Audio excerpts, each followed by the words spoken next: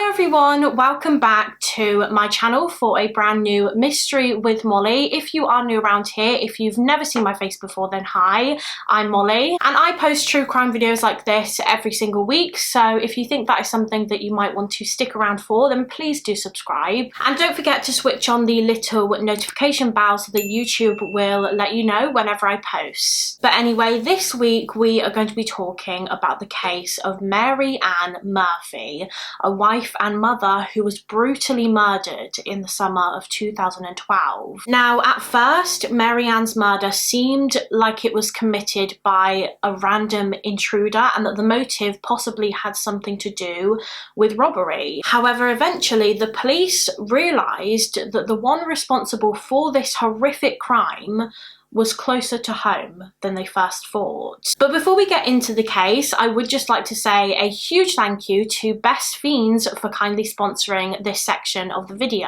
Guys, I cannot even tell you how excited I am about this sponsor because I have genuinely been playing this game for years now. Whenever I have any spare time, I spend it playing Best Fiends. It's my favourite game. Best Fiends is a free puzzle adventure game where you solve thousands of fun puzzles and collect cute characters called Fiends. And the Fiends act as like a team to help you defeat the slugs. Like I said, I've been playing it for a long time now and I'm obsessed with it. It's just so much fun to play. It's not a super difficult game, but it is one that gets your brain working. It makes you think because the puzzles can get pretty tricky. I can honestly spend hours playing Best Fiends. My favourite time to play it is when I'm sitting on the sofa watching TV or just before I'm about to go to bed. And I also like to play it when I am taking a little break from doing work. Obviously, the subject matters that I research can be quite dark and overwhelming sometimes. So if I ever feel like I need a bit of time away from that, I will play Best Fiends and it really helps me to relax and de-stress. The graphics of the game are also really cool as well as the music. It's just so enjoyable. So if you would like to give Best Fiends a go, and I highly recommend that you do, then you can download the game for free using my link below to get $5 worth of gold and diamonds for free if you beat level 5. Once again, a massive thank you to Best Fiends for sponsoring this video and supporting the channel. And now let's just get into the case. So for today's case, we are going back to the year 2012 in Humble, which is a city in Harris County in Texas in the US. Humble is a fairly smallish area in Harris County. It's just north of Houston and it's known for being a pretty safe, friendly family area really. There is a real sense of community in Humble and the people that live there say it is a great place to be. However, in July of 2012, the town of Humble was completely shaken up when a horrific and seemingly random murder occurred and the victim was one of its residents. It was the early hours of the morning on the 16th of July 2012 when a 16-year-old girl named Carrie Murphy rang 911. Carrie was very panicked and hysterical on the phone. However, she was able to tell the 911 operator that she was in her house when she heard the back door being kicked in. And then shortly after this, she heard her mother, Mary Ann Murphy, start screaming. Carrie said that as soon as she heard her mother's screams, she ran out of the house and to her neighbour's home where she used their phone to contact the police. And of course, she was so worried about her mother. She had no idea what was going on. She had no idea what was happening to her over at the house. She just immediately ran out to get help as soon as she heard her mother's screams. And so when officers arrived at the scene minutes later, they had no clue what to expect when they went into that home. Officers just began walking through the house and they noticed that there was no sign of the person or people that kicked the back door in. There was no sign of any intruder, so they had obviously already fled the scene. However, the officers did soon find Carrie's mother, 47-year-old Mary Ann Murphy, in a back bedroom in the home. But unfortunately, by the time they found her, it was too late. When they entered that room, they found Mary Ann Murphy dead in her bed. She was absolutely covered in blood and she had been stabbed to death with a knife. And this was a very, very brutal attack. There was clearly a lot of anger and aggression in this murder. She had sustained over 70 stab wounds all over her body, on her neck, face, across her arms and her legs. It was incredibly vicious. And unfortunately, as I said, by the time the police and the paramedics arrived, there was nothing they could do to save Mary Ann. She had sustained way too many injuries and she was pronounced dead at the scene, which meant that the police now had a murder inquiry on their hands. But before we go any further with the case and the investigation into Mary Ann's death, let me just tell you a little bit more about who Mary Ann was. So 47-year-old Mary Ann Murphy was born and raised in a small town in North Houston, which is of course in Texas in the US. And at the time of this case taking place in 2012, she was married with 2 children. Obviously she had her daughter Carrie, who was the youngest. She was 16 years old, and she also had a son called Scott, who would have been around 22, and her husband was a man called Don Murphy. And Don and Mary Ann had known each other and pretty much been together since high school. When Don first met Mary Ann at school, he was just immediately drawn to her, but they were described as being pretty much the polar opposites of each other. Mary Ann was described as being the very good, wholesome girl who did well in school, was well behaved, whereas Don was the opposite. He was described as being a bit of a bad boy. He was very macho, and I think he would rebel a little bit. So they were very, very different, but of course opposites attract. The two of them started spending more time together, and then they started dating, and they really, really liked each other. They were so deeply in love with one another. However, Mary Ann's parents were not best pleased about this match. They did not really like Don Murphy. You see, Mary Ann's father was an ex-police officer, and Don had been in a little bit of trouble with the police before for like drug and alcohol related incidents, so he did not approve of Don. However, Don was not that kind of guy anymore. That was all in his past. It was when he started dating Mary Ann that he stopped doing all of that. Mary Ann really brought out the best in him, and I think eventually her parents did see that. They weren't too keen on him at first, but as time went on, they grew to like Don Murphy, and they could see why Mary Ann liked him so much too. Eventually, the young couple got engaged and they got married, and they settled down together in Humble in Harris County. They both worked really hard. They both had their own jobs. Don worked in like a machine shop where he would cut metal, and Mary Ann worked for the Department of Public Safety in Texas. And from what I can gather, they both enjoyed their jobs. And then not long after they got married, they had their first child, Scott. And then 6 years after Scott was born, they had Carrie. And both Mary Ann and Don were thrilled to have 2 children. They were both very family orientated people, and after Carrie was born, it was like their little family was complete. Mary Ann absolutely adored her 2 children, and she was a really good mother. Her son Scott described her as being the mum of all mums. And Don as well was an excellent parent. They both did everything they could for their children. They wanted Scott and Carrie to just have the best lives they possibly could. Mary Ann especially always just wanted her children to succeed, I guess. She always pushed them to try their best and achieve amazing things. She just wanted them to do well in life. And by 2012, so the year that this case took place, her eldest Scott had graduated from college with an engineering degree, and he had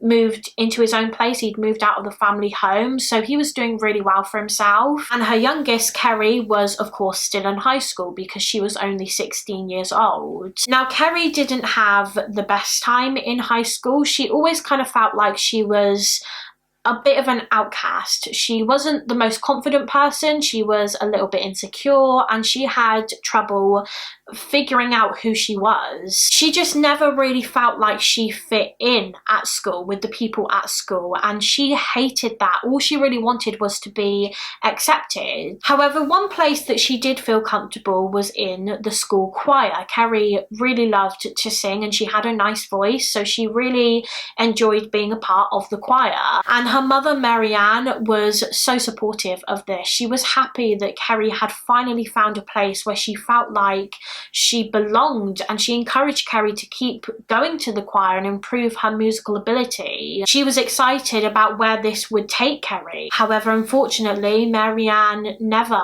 got to see where it would lead Carrie. She never really got to see her children prosper and blossom, because as we know, in July of 2012 she was viciously stabbed to death in her home. So as soon as Marianne's body was found, a murder investigation was launched, and the police and Marianne's daughter Carrie had to break the news of her death to the rest of the family, including her husband Don and her son Scott, who were not at home at the time. Like I said earlier, it was just Marianne and her daughter Carrie at home that evening. And Scott was obviously absolutely heartbroken when he heard the news, and he couldn't understand why this had happened. He couldn't comprehend the fact that someone could have done this to her. Marianne was such a kind and loving person. Scott described her as just having a beautiful, beautiful soul. So why would someone want to kill her? And that's of course what the police wanted to figure out too. They wanted to determine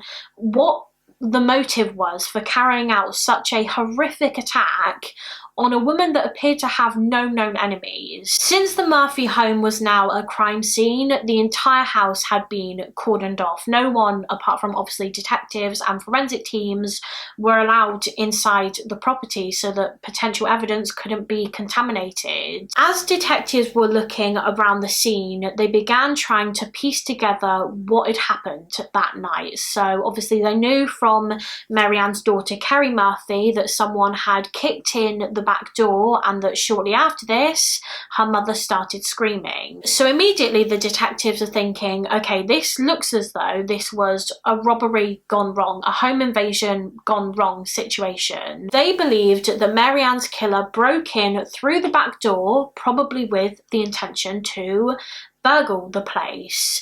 However, something that really confused the police about this was that there didn't actually appear to be any signs of forced entry. The back door was unlocked and left open. It wasn't broken in any way. However, one thing that was broken was a window pane. One of the panes in the window had been smashed, but the hole that this made wasn't big enough for anyone to climb through, and the intruder also wouldn't have been able to reach the door handle from this hole in the window to unlock it from the inside. They wouldn't have been able to put their hand through the smashed window and unlock the door. So this puzzled the police a bit. There were no signs of forced entry, so they were struggling to figure out how the killer entered the property. Did they smash the window and try to kick in the door assuming that it would be locked, but in actual fact it wasn't? Maybe it was left unlocked, so they just let themselves in. As the police started looking around the house more, they noticed that nothing really seemed to be out of place. The house wasn't particularly messy, it wasn't ransacked, which again seemed a bit odd because originally the police thought that this was a robbery gone wrong situation. But nothing appeared to have been like tossed around or stolen. I don't think there was really anything missing. So then the police were thinking, well, maybe Marianne confronted the intruder before they even had a chance to steal anything, and they just killed her and then fled the scene immediately. But there was nothing at the scene that really supported that theory either. There was no sign of a fight or a struggle. There were no blood trails. It seemed as though Marianne was attacked in her bedroom bedroom, and that's where she died. The attack started and ended in the bedroom because the room and the bed that Mary-Ann was found on was covered in blood, and the rest of the house was pretty much normal. Another thing that didn't really support the robbery gone wrong theory was the extent of Mary-Ann's injuries. Like I mentioned earlier, she had been stabbed over 70 times across her whole body, and that obviously suggests that this was a very, very vicious attack. There was a lot of anger in this killing. 70 stab wounds does not indicate that the killer was just a random stranger, a robber that had broken in to burgle the place. There was just way too much aggression for this to have been haphazard. All of the evidence suggested that whoever had done this had come to the house that night with the intention of killing Mary-Ann Murphy. Now, after Mary-Ann's body was removed from her bed and taken away, crime scene investigators actually found something underneath her pillow. It was a pistol. She had a gun underneath her pillow, and it was soon determined that the pistol wasn't something that the killer had left behind. It actually belonged to Mary-Ann Murphy. Obviously, her father was an ex-police officer, so she always slept with a pistol underneath her pillow for safety reasons. However, she hadn't used it the night that she was murdered, and this indicated to the police that she didn't know she was about to be attacked. Maybe she was attacked when she was asleep, so she didn't have a chance to even reach for the gun under her pillow. Mary-Ann did have a couple of self-defense wounds on her arms and hands, so she did try to put up a bit of a fight, but she wouldn't have had time or chance to grab the pistol and use it. So one of the first things detectives did as part of this murder investigation was speak to Mary-Ann's daughter, 16-year-old Carrie Murphy, because she was kind of the only witness. Well, she wasn't really a witness to the murder because she ran out of the house as soon as she heard her mother screaming, but she was in the house that evening, so they wanted to know if Carrie could provide some more context, like maybe a timeline of events. Had she heard anything that night? Had she seen anything before she fled the home?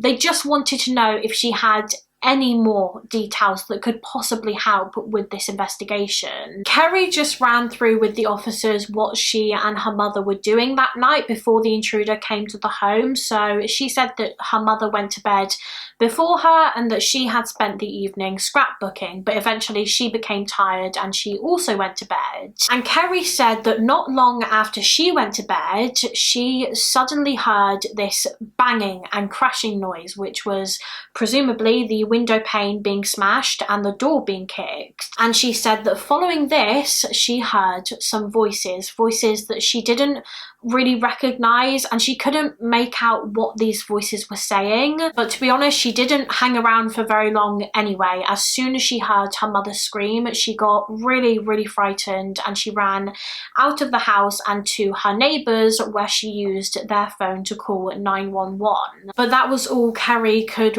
really tell the police. She didn't get a look at the intruder's face or faces. She had no idea who they were, and she had no idea who would have wanted to do this to her mother either. So unfortunately, it seemed as though Carrie's statement wasn't going to be very helpful in this case. So as part of their investigation, the police began looking a bit more into Mary-Ann's life in an attempt to identify any potential suspects, since they were pretty certain now that she was killed by someone that she knew. And one of the people that they looked into was her husband, Don Murphy. Of course, as we've talked about many times in these videos, the police always look into the spouses of victims because a lot of the time they are responsible. And when the police investigating this case started looking into Don a bit more, they did actually become quite suspicious of him. Specifically, it was his reaction to finding out that his wife had been killed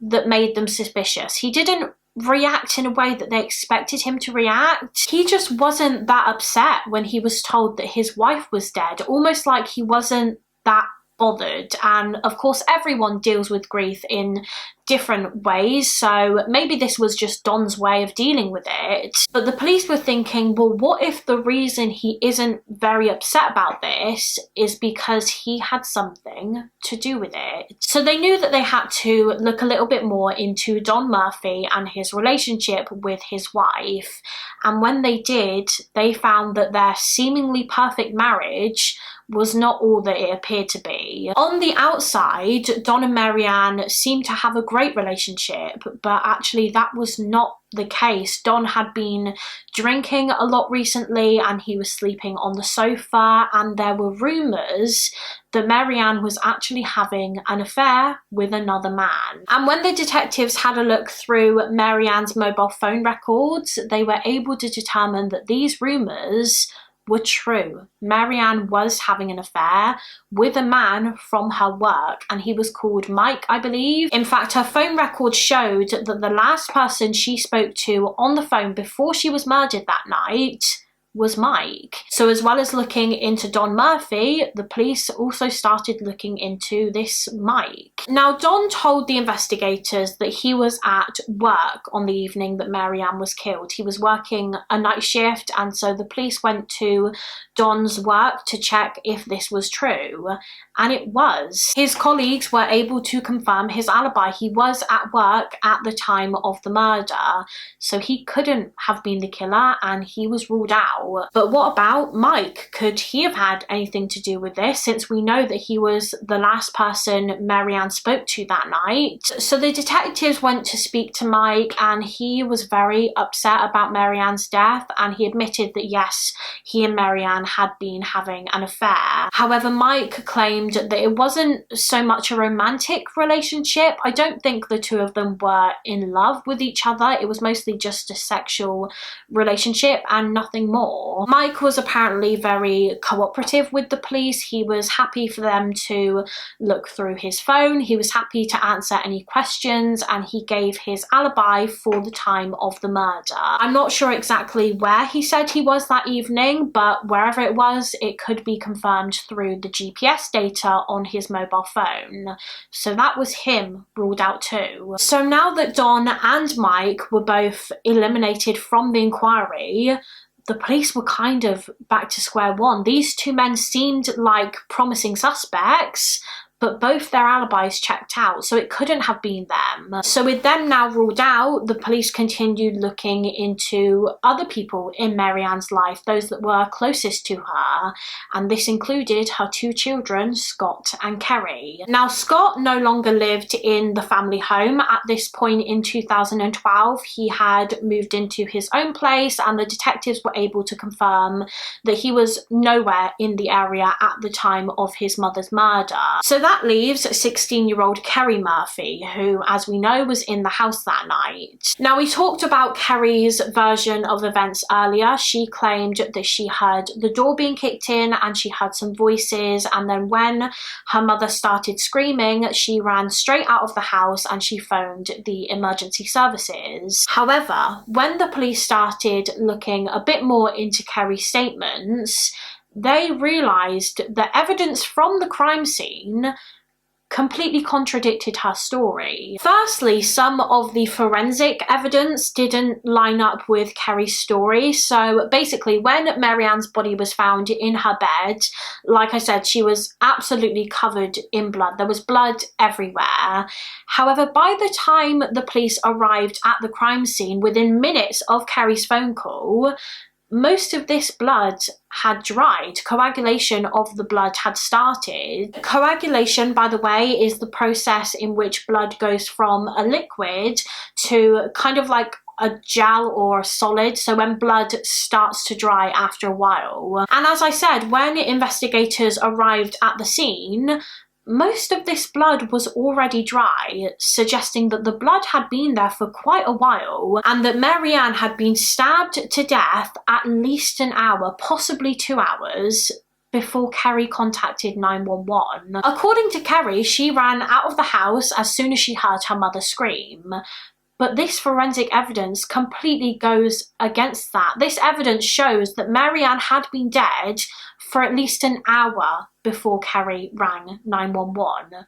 So she was lying. But why would she lie? And what was she doing in that gap, between the gap of time when Marianne was murdered and she contacted the police? Was she just in the house with her mother's dead body? Now, another piece of evidence that completely contradicted Carrie's story was the smashed window. If you remember from earlier on, we talked about how someone had smashed the window pane, but this pane wasn't big enough for anyone to climb through it and into the house. Well, the police noticed that the glass from this smashed window was on the outside of the house, on the ground, which did not make sense, because if someone was outside of the house and they were trying to break in and they smashed this window, the glass would surely be on the inside, would it not? But it wasn't. The glass was on the ground outside of the house, so someone had smashed the window from inside of the house. And this suggested to the police that the person that smashed this window from the inside was trying to make it look like this was a break-in. The scene was staged. Someone had gone to the effort of smashing a window to make it seem as though an intruder had gotten into the house and stabbed Marianne. And as far as the detectives knew, Carrie Murphy was the only other person in the house that evening, so she must have staged the scene. So the police knew from this crime scene evidence that Carrie Murphy was not being truthful, and they began thinking that she must have been involved in this somehow. In fact, maybe she was the one that committed the murder. Maybe she stabbed her own mother to death. So following this, the police brought 16-year-old Carrie Murphy down to the station for an interview, and they pretty much just presented her with the crime scene evidence. And they said, look, this evidence does not match up with your story, Carrie. The evidence suggests that you are not telling us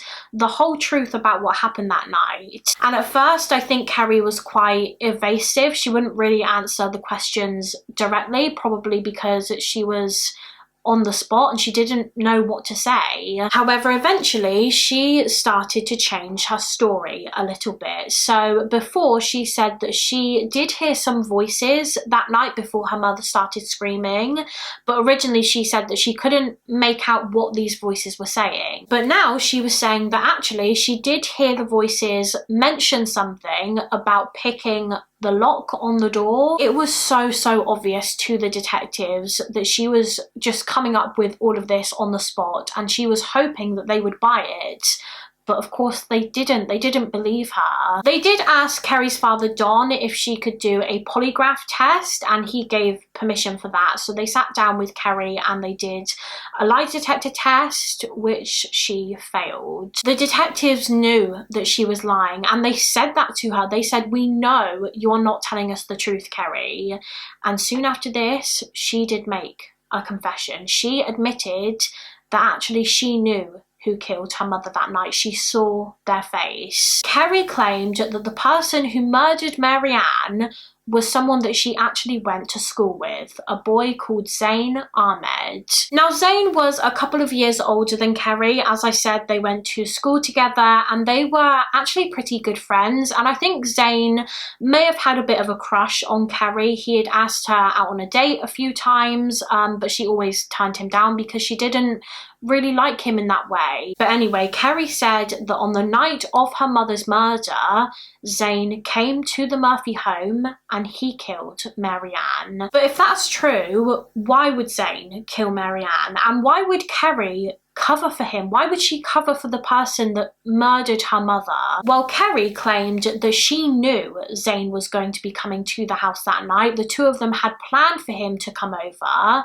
because he was meant to scare Marianne, but he wasn't supposed to kill her. And the reason Carrie wanted Zayn to scare Marianne was because she was angry with her mum, because her mum had been trying to stop her from seeing her girlfriend. Basically, at the time of this case taking place, Carrie was in a relationship with a 19-year-old girl named Rebecca Keller. Carrie and Rebecca went to the same school and they actually met each other at the school choir. As I said earlier, Carrie never really felt like she fit in at school. She didn't really have too many friends. She always felt like she was a bit of an outcast and she struggled figuring out who she was. In fact, one of the things that she struggled with was her sexuality. However, when she joined the school choir, all of that just completely changed. She felt comfortable there, and part of the reason for that was Rebecca Keller. Carrie and Rebecca just instantly clicked. They got along really well and they soon became good friends. They just really enjoyed spending time together. Carrie had never met anyone like Rebecca before, and Rebecca was everything that Carrie wanted to be. She was cool, she was popular, she was funny, she was confident. Carrie really admired Rebecca, and Rebecca seemed to reciprocate these feelings. She also really liked Carrie. However, she actually liked Carrie as more than just a friend. Rebecca was bisexual and she told Carrie that she really liked her and that she was attracted to her, and Carrie seemed to feel the same way about Rebecca. And soon the two of them began a relationship and they were really happy together. Carrie told her older brother Scott about her sexuality. She told Scott that she thought she may have been gay, and he was very accepting of this. He told Carrie that as long as you're with someone that makes you happy and treats you well, that's all that matters. But I think Carrie kept her relationship a secret from her parents for a little while. She didn't feel comfortable coming out to them just yet, and so for the first few months of Rebecca and Carrie's relationship, Carrie would often sneak out of the house to see Rebecca, or she would lie and tell her parents that she was going out with her friends, but really she would be meeting up with her girlfriend and her parents had no idea. But then one day Carrie decided that she didn't want to hide her sexuality anymore. She wanted her parents to know who she was, and so she sat them down and she told them that she was gay, and her parents were actually okay with the news. Her father Don was a little bit more accepting to begin with than her mother Marianne was. Marianne was quite a traditional person. She always imagined that Carrie would be with a man when she was older, but ultimately she was okay with her daughter's sexuality. As long as Carrie was happy, she was happy. However, when Marianne found out who Carrie was dating, she was not so accepting. She did not approve of Rebecca Keller. And the reason she didn't approve of Rebecca was because she was 19 and Carrie was only 16. So Carrie was still a child and the legal age of consent in Texas is 17. So Rebecca was breaking the law. I think Marianne felt as though Rebecca was taking advantage of Carrie. Carrie was young and impressionable and she just felt like Rebecca was a bad influence on her daughter. So she was very concerned about Carrie. She didn't want her to be with Rebecca, and so she told her that she wasn't allowed to see her anymore. But of course, as we all know, most of the time when you tell a teenager that they aren't allowed to do something, it just makes them want to do it even more. Carrie wouldn't listen to her mother. She would still see and meet up with Rebecca. She would sneak out of the house and she would even steal her mother's car keys when she was asleep and she would drive to meet her girlfriend. But Marianne eventually found out about all of this, about the fact that Carrie was still seeing Rebecca, and she decided to punish her by grounding Carrie and taking her mobile phone away. So now not only could Carrie not see her girlfriend, but she also couldn't speak to her either, even over the phone. Carrie was really upset and angry with her mother. She felt that she was being really unfair and really strict, and so a couple of days before the murder, she came up with a plan with her school friend Zayn Ahmed, and that brings us back to where we were before in the case. So Carrie was taken into the police station and she told the detectives that she had been speaking to Zayn about all of the trouble she had been having with her mum and how her mum was banning her from seeing her girlfriend Rebecca. And so the two of them, Carrie and Zayn, came up with an idea that Zayn would come round to the house that evening and he would just stand over Marianne's bed and threaten her with a knife, basically. He was just going to say to her, look, you need to back off. You need to let Carrie and Rebecca be together or I will come for you, and then he was just going to leave. So essentially, Carrie just wanted Zayn to scare Marianne. However, Carrie says that Zayn didn't stick to the plan that night, and instead he barged into the home with another man who had a ski mask on, and they stabbed Marianne to death. And after Marianne was dead, they threatened Carrie and they said, "You better make this look like it was a robbery." And so they left, and Carrie did just that. She smashed the window, and then she went to the neighbour's home, rang 911 and made up the fake story about hearing voices and hearing the door being kicked in. And she said that the reason she covered for Zayn was because she was terrified of him. She was scared about what he might do to her if she gave his name over to the police. So with this new statement from Carrie, the police decided to look a little bit more into Zayn Ahmed. They did a background check on him, and they found that he had been arrested before. I'm not sure for what reason. I think it may have been gang related, but I can't be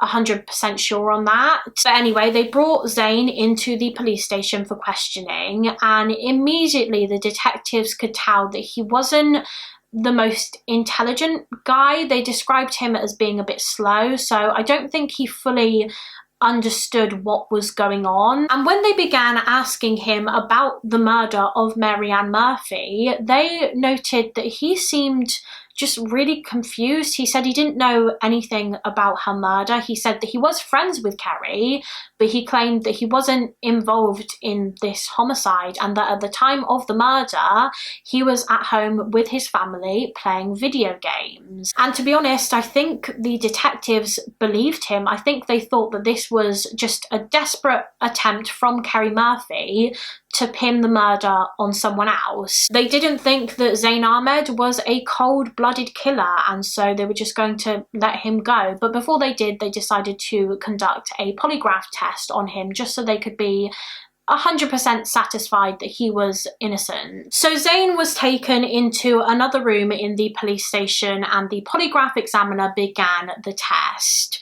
However, after a while, the examiner left the room and she went up to the detectives and she said, "Zayn is ready to make a confession to you. He wants to confess to the murder of 47-year-old Marianne Murphy." And this just completely shocked the detectives. They were pretty certain that Zayn was not the killer. He just did not seem capable of this, so they couldn't believe that he now wanted to confess. But anyway, they began questioning him again, and eventually he admitted that Carrie's story was true. He said that he went to the Murphy house that night armed with a knife, and that his intention was just to scare Carrie's mother, but things didn't quite go to plan. Zayn said that he went to Marianne's bedroom and she was asleep, and he was just standing over her with the knife, and then all of a sudden she just woke up, and her waking up really startled Zayn. It made him panic, and without thinking,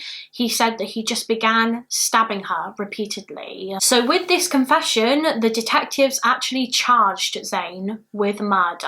However, despite this, despite charging him, they still did not believe that he was the killer. They did not believe that this confession was genuine. They only charged him because they had to, really, just in case he was the killer, so that they could get him off the streets in case he was a threat to others. But like I said, they didn't think that he was. It seemed as though Zayn was just telling them what he thought they wanted to hear, and so the detectives knew that this case was far from over. They needed to dig a little deeper and find out what was really going on here.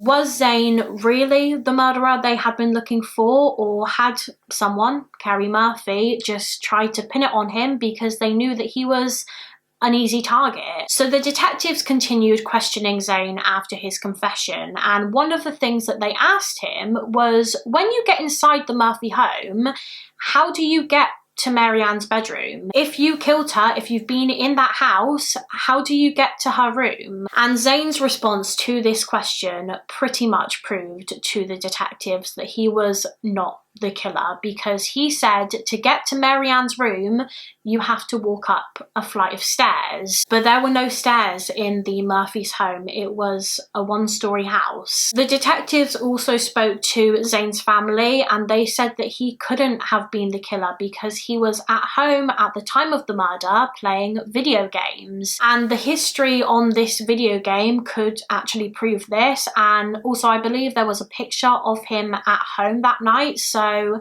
there was solid evidence that he was not at the crime scene. He couldn't have been. He can't be in two places at once. So the detectives were certain now more than ever that he was not the perpetrator, and Zayn said that he only confessed to the murder because he thought that if he confessed, they would let him go home. But Zayn's charges were dismissed, and so once again they turned their attention to the victim's daughter, Carrie Murphy, who by this point had lied several times to the police. Carrie was taken back into the police station for another questioning. However, this time, now that she had been caught out again, she decided to keep very quiet and she asked for a lawyer. She wasn't going to cooperate any further until she had a lawyer. And so because of this silence from Carrie, the detectives decided to speak to Carrie's older brother Scott, and he just talked them through what had been happening in the weeks before his mother's death. He told them about how Marianne was trying to get Carrie to stop seeing Rebecca. He told them that Carrie's phone had been taken away and that she had been grounded. He told them about how Carrie would sneak out of the house to see her girlfriend, and he even told them that one day, not long before his mother's murder, his father Don came home to find his daughter Carrie and her girlfriend Rebecca, I believe, in the shower together, and he was furious and he kicked Rebecca out. And then Scott also told the police that, again, not long before Marianne's murder, she had gone onto Carrie's phone and found that the two girls had been sending each other nude pictures. And this was the final straw for Marianne. She was so uncomfortable with this relationship because, as I said earlier, the legal age of consent in Texas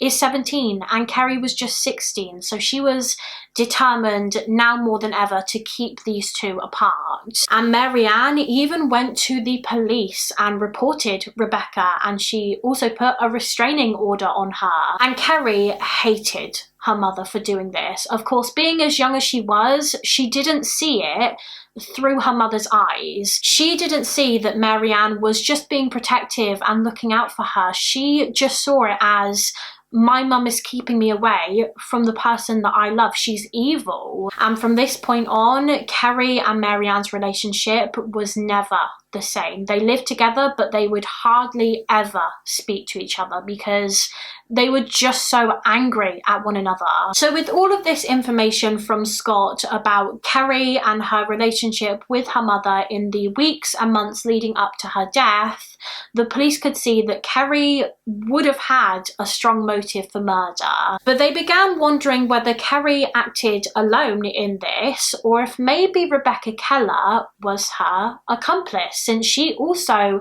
had a strong motive for wanting Marianne dead. Marianne had reported her to the police and filed a restraining order against her. And Rebecca had been very, very vocal to her friends about how much this angered her, about how much Carrie's mother angered her. Now, one thing that I haven't mentioned yet is that when the police spoke to Scott, they learned from him that Rebecca had actually provided Carrie with a secret mobile phone, obviously because Marianne kept taking Carrie's away. And this secret phone was nicknamed the Bunny phone, I think because that was Carrie's nickname for Rebecca, Bunny, and it was a way for the two girls to keep in contact with each other without Marianne knowing. And when the police found out about this phone, it just added to their suspicion even more, because they were thinking, well, if Carrie had a phone in her possession that night, why didn't she use it to call the police? If you remember, she ran out of the house and she asked to use the neighbour's phone, but she had her phone on her, so why wouldn't she just use that? Was it because she didn't want the police to know about this secret phone because there was incriminating evidence on there? The detectives knew that they had to have a look through this phone, so they asked the mobile phone company if they could have access to the phone's records, and whilst they were waiting for these records to come back, they brought Rebecca Keller in for a questioning. And during her interview, Rebecca admitted that she had given Carrie a secret phone. However, she claimed that she and Carrie hadn't actually spoken to each other in several weeks. She said that they tried to make the relationship work, but it just didn't, and so they ended things and they stopped speaking about a month and a half before the murder of Marianne Murphy. However, when the detectives eventually got a hold of the Bunny phone records, they could see that this wasn't the case. Rebecca was lying. The phone records showed that the two girls had texted and called each other many times in that month and a half before the crime. And on the night in question, on the night that Marianne was killed, they had called and texted each other several times. So the detectives confronted Rebecca with this evidence from the Bunny phone, and as soon as she realised that she had been caught out, she changed her story. Rebecca told the police that on the night that Marianne was murdered, Carrie actually rang her and told her that she had just stabbed her mother to death. So Rebecca went to the home and she decided to help Carrie get cleaned up. She helped her change her clothes, and the two of them decided in that moment that they needed to make this look like it was a robbery gone wrong, so they smashed the window. Rebecca also said that Carrie came up with the idea to make Zayn Ahmed the scapegoat, just in case the police didn't believe the robbery thing. So Rebecca's story was that Carrie was the killer and that she only found out about the murder afterwards, and the only thing she did was help Carrie clean up. She claimed that she had no involvement in the actual murder itself. And the police did actually find some evidence on Carrie's computer that suggested Rebecca's story was at least partly true. They found on her search history that just a few hours before the murder, Carrie had Googled what is the quickest way to kill somebody. Although it was determined that while she was Googling this, she was also on the phone to Rebecca Keller at the same time. So this kind of goes against Rebecca's story. The fact that Carrie Googled this does suggest that maybe she was the killer.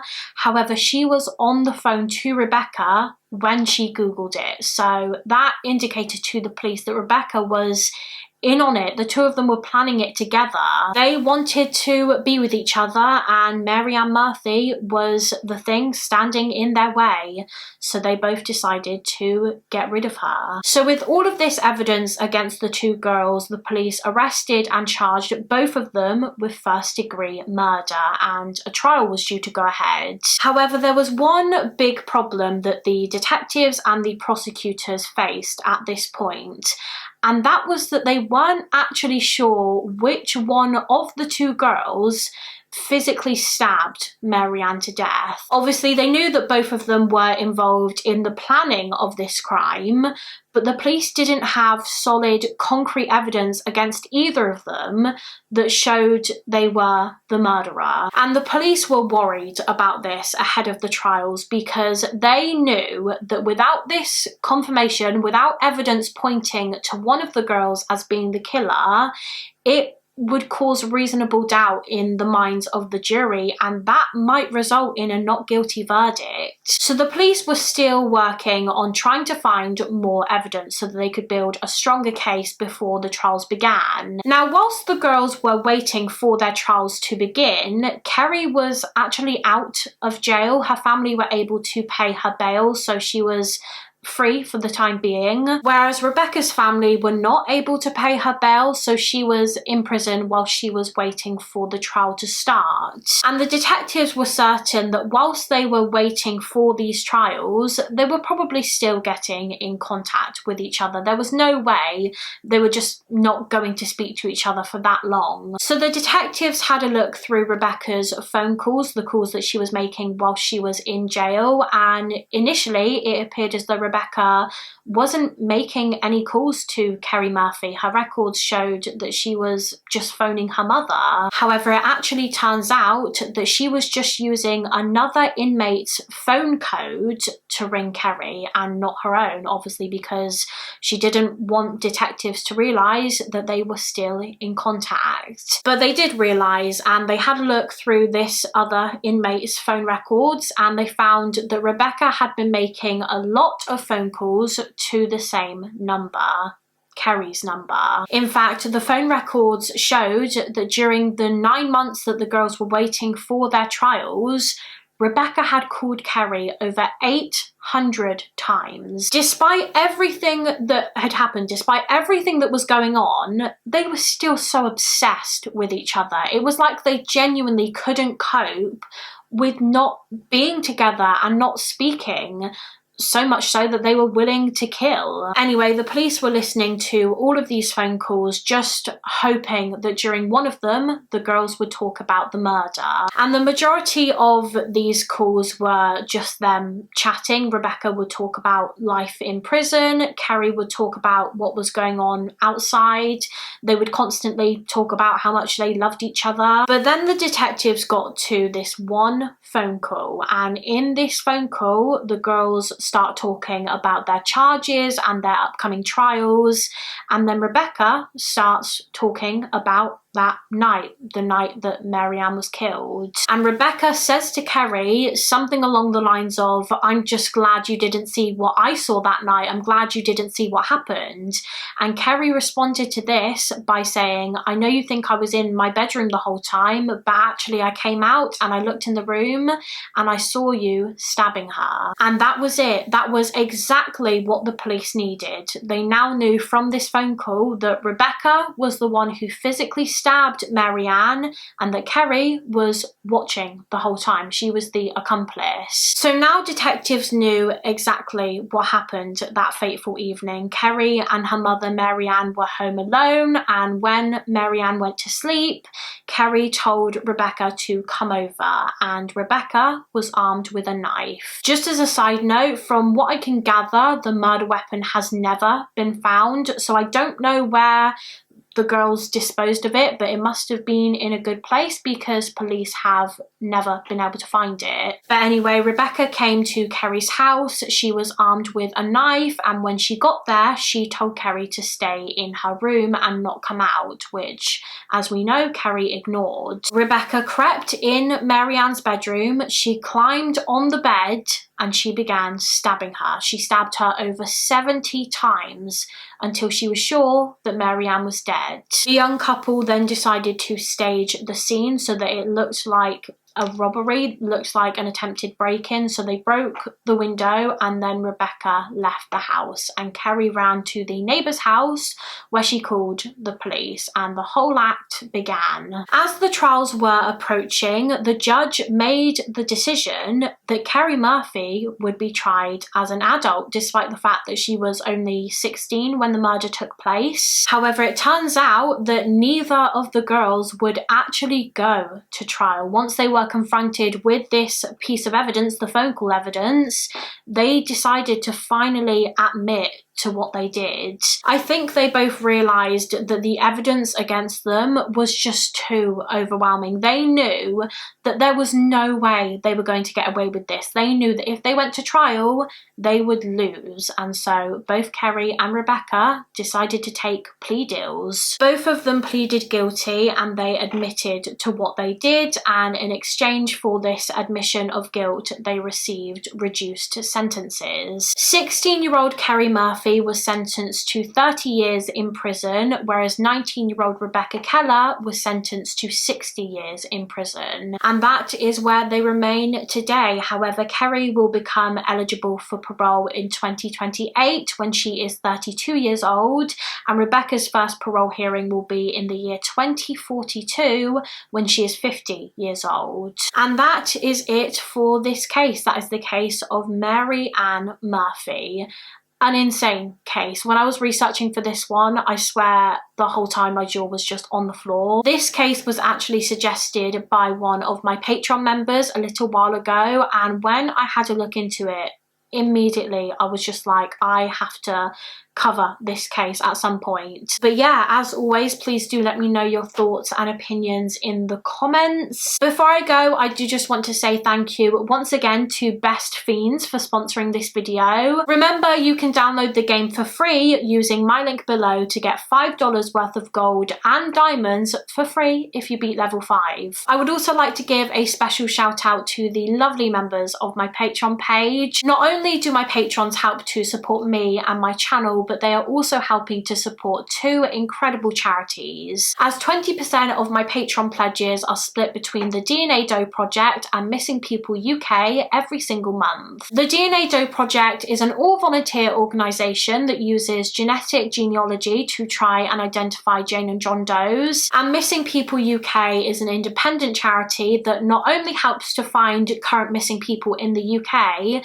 but they also provide support to the families and friends of missing people. So thank you so much to my Patreon members. I really could not do what I do on this channel without the love and support from you guys. If anyone else wants to become a member of our little Patreon family, then the link is always in the description box of my videos. Thank you all so much for watching. Please do give this video a thumbs up and subscribe if you haven't already, and I will see you again next week for another mystery with Molly. Bye guys!